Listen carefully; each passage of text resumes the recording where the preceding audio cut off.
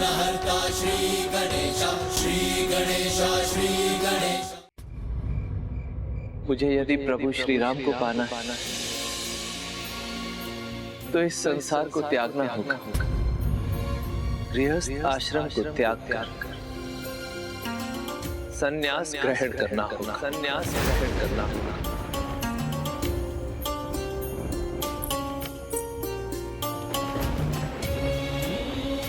जैसा कि मैंने कहा था स्वामी,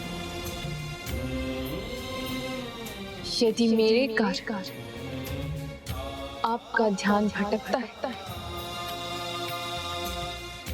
तो उचित यही है कि मेरा तन आपसे दूर हो जाए, किंतु उस समय मैं आपके हृदय में रहूंगी, जब आप अपने जीवन के उद्देश्य प्रभु श्री राम को पालें।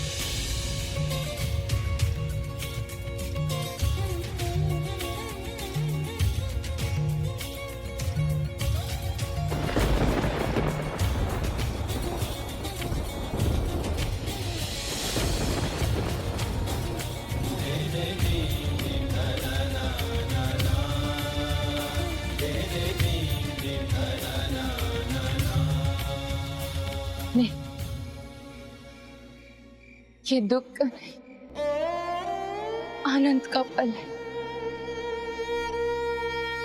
मेरे पति, मेरे स्वामी अपने प्रभु श्री राम को पाने के लिए निकल चले।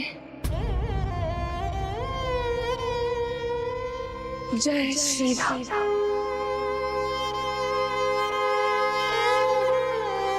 देवी रत्नावली के संस्कार और तुलसीदास जी की निष्ठा दोनों अद्भुत थे, इसलिए उनका साथ आना ही नियति का भाग था।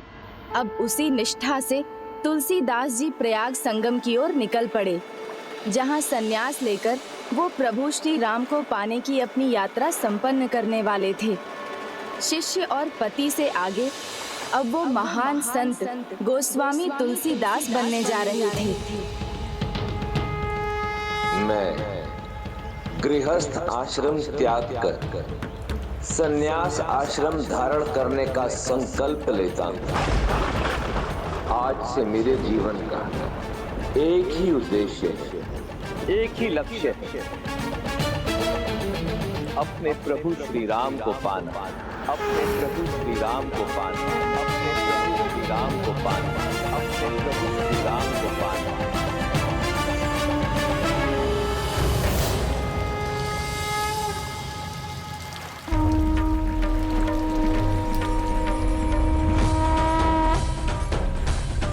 जय श्री राम, जय श्री राम, जय श्री राम। सर्व कालम अपि केचन संत्येव साधवः,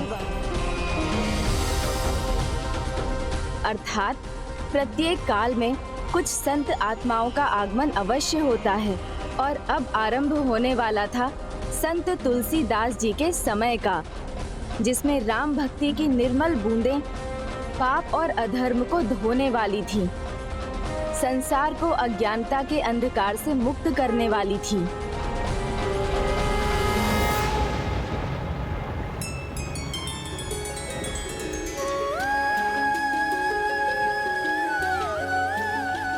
अब प्रभु श्री राम की कृपा से उनके इस भक्त को श्री राम अवश्य मिलेंगे।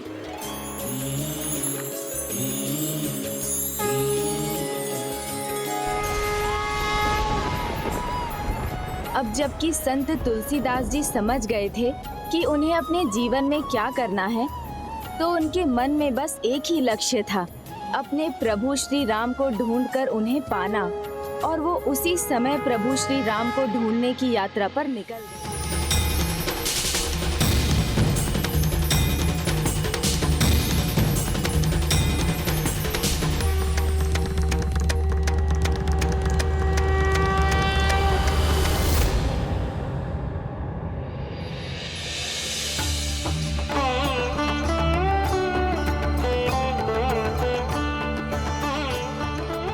अद्भुत स्वप्न था, परंतु स्वप्न में ही सही प्रभु चरण के दर्शनों का सुख अनुपम था।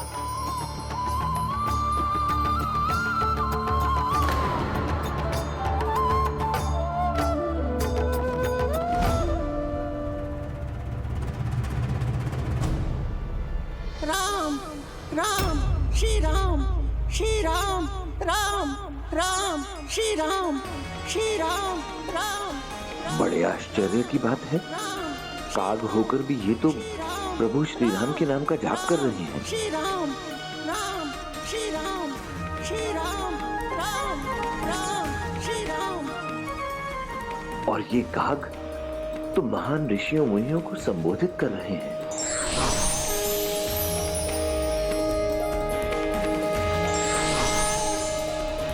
गरुड़ देव,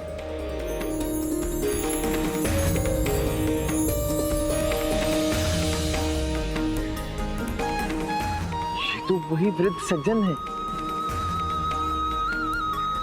इक्ष्वाकु वंश प्रभवो रामो नाम जनः श्रुतः नियतात्मा महावीर्यो द्युतिमान धृतिमान वशी। अद्भुत, सर्वथा अद्भुत। ताल देखी एक आगे, तापर धाई चढ़े उभय त्यागे। गिरी पर चढ़ी लंका ते ही देखी, कहीं न जाई अति दुर्ग बिसेकी।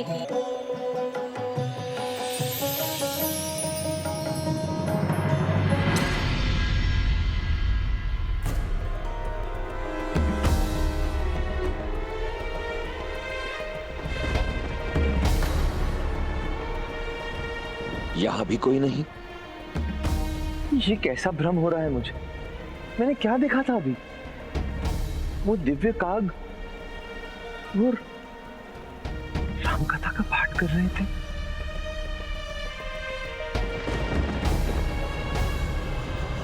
ये हो क्या रहा है मेरे साथ? ऐसा मति भ्रम।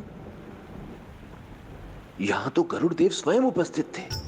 मैंने देखा था उन्हें, और वो दिव्य काग, वो तो श्री राम कथा का पाठ कर रहे थे। मैंने वो भी सुना था। और वो वृद्ध सज्जन जो स्वयं मेरी राम कथा में आते हैं, मैंने उन्हें भी तो देखा था। परंतु अब यहाँ कोई भी नहीं है। ये प्रभु श्री राम, ये क्या हो रहा है मेरे साथ? मैं काकभूषुंडी हूँ। राम कथा तो कब की संपन्न हो चुकी, आप अभी तक यहीं हैं। मैं तो अपने प्रभु श्री राम को खोज रहा हूँ। इतनी लंबी यात्रा मानसरोवर तक की, किंतु प्रभु श्री राम तो वहीं हैं जहाँ से आपने यात्रा आरंभ की थी। प्रभु श्री राम तो वहीं हैं जहाँ से आपने यात्रा आरंभ की थी। प्रभु श्री राम तो वहीं हैं जहाँ से आपने यात्रा आरंभ की थी।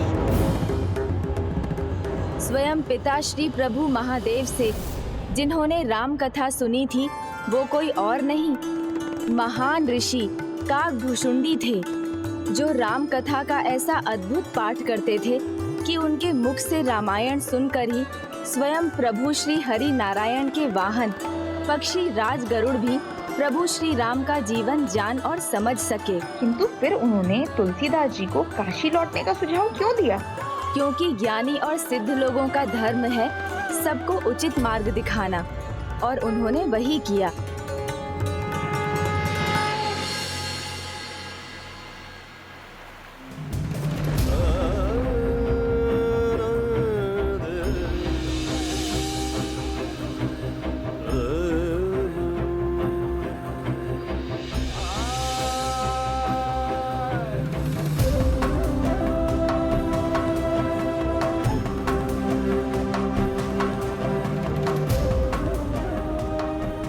काकभूषुंडी जी ने कहा था कि वहीं जाओ जहां से आरंभ किया था, तब मिलेंगे प्रभु श्री राम। मैं काशी के सभी घाटों पर ढूंढ चुका प्रभु को, परंतु प्रभु तो कहीं भी नहीं मिले। अब केवल ये 80 घाट बचा है, यहां देखता हूं।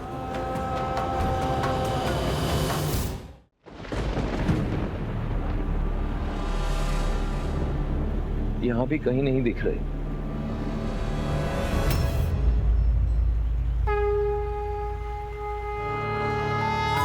गरुड़देव, जो पूरी निष्ठा से अपने कर्तव्यों को निभाते चले जाते हैं, अंततः उन्हें एक ना एक दिन प्रभु श्री राम के दर्शन मिल ही जाते हैं।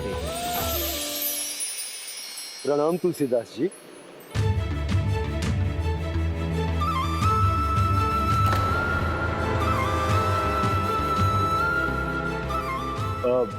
लगता है आपने मुझे पहचाना नहीं।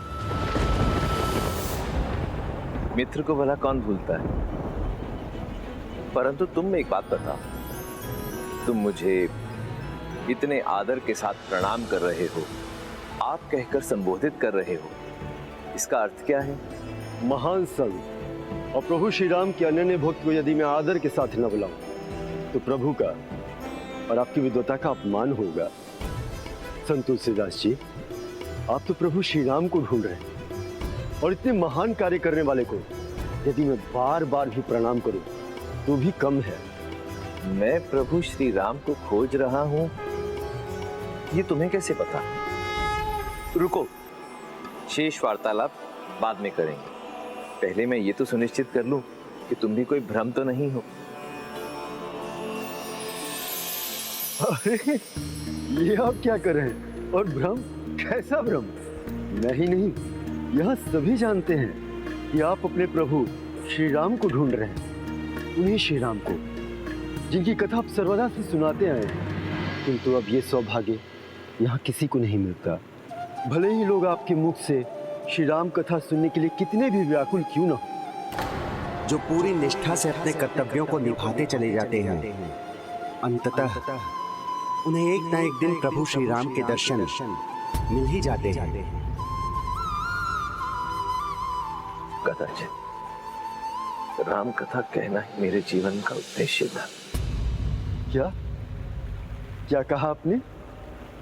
मैंने यही कहा मित्र, कि मैं कल से पुनः राम कथा कहना प्रारंभ करूंगा। जिन्हें भी मेरे मुख से राम कथा सुननी वे सभी सादर आमंत्रित थे।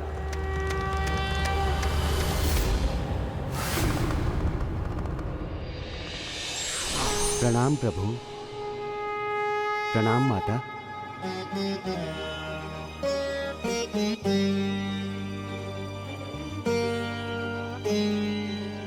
तो ये आपकी ही लीला थी स्वामी?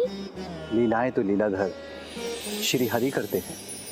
प्रेम से बोलिए, जय श्री राम लखन जानकी।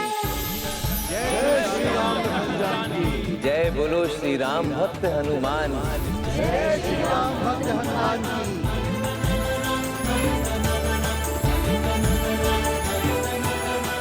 हनुमान जी प्रत्येक दिन राम कथा का पाठ सुनने आते थे, परंतु वो कब आते थे और कब जाते थे ये किसी को ज्ञात नहीं था। हनुमान जी की दिव्यता का आभास किसी को नहीं था, तुलसीदास जी को भी नहीं। वो वृद्ध ब्राह्मण, वो आज भी मेरे राम कथा पाठ में आए थे।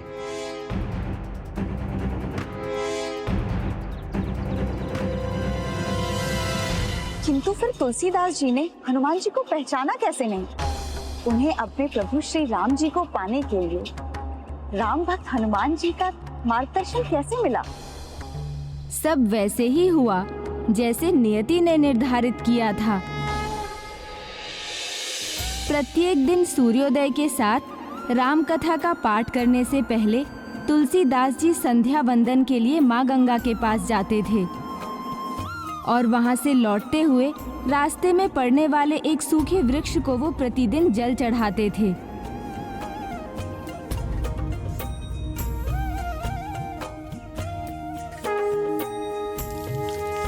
जैसे ही तुलसीदास जी जल को वृक्ष के जड़ में चढ़ाते वो तुरंत सूख जाता जैसे कि किसी ने उस जल का पान कर लिया हो।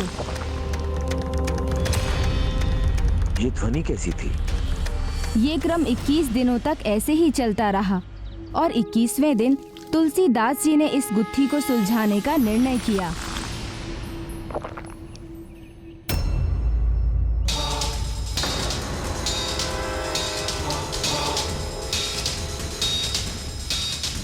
कौन है? कौन है भाई?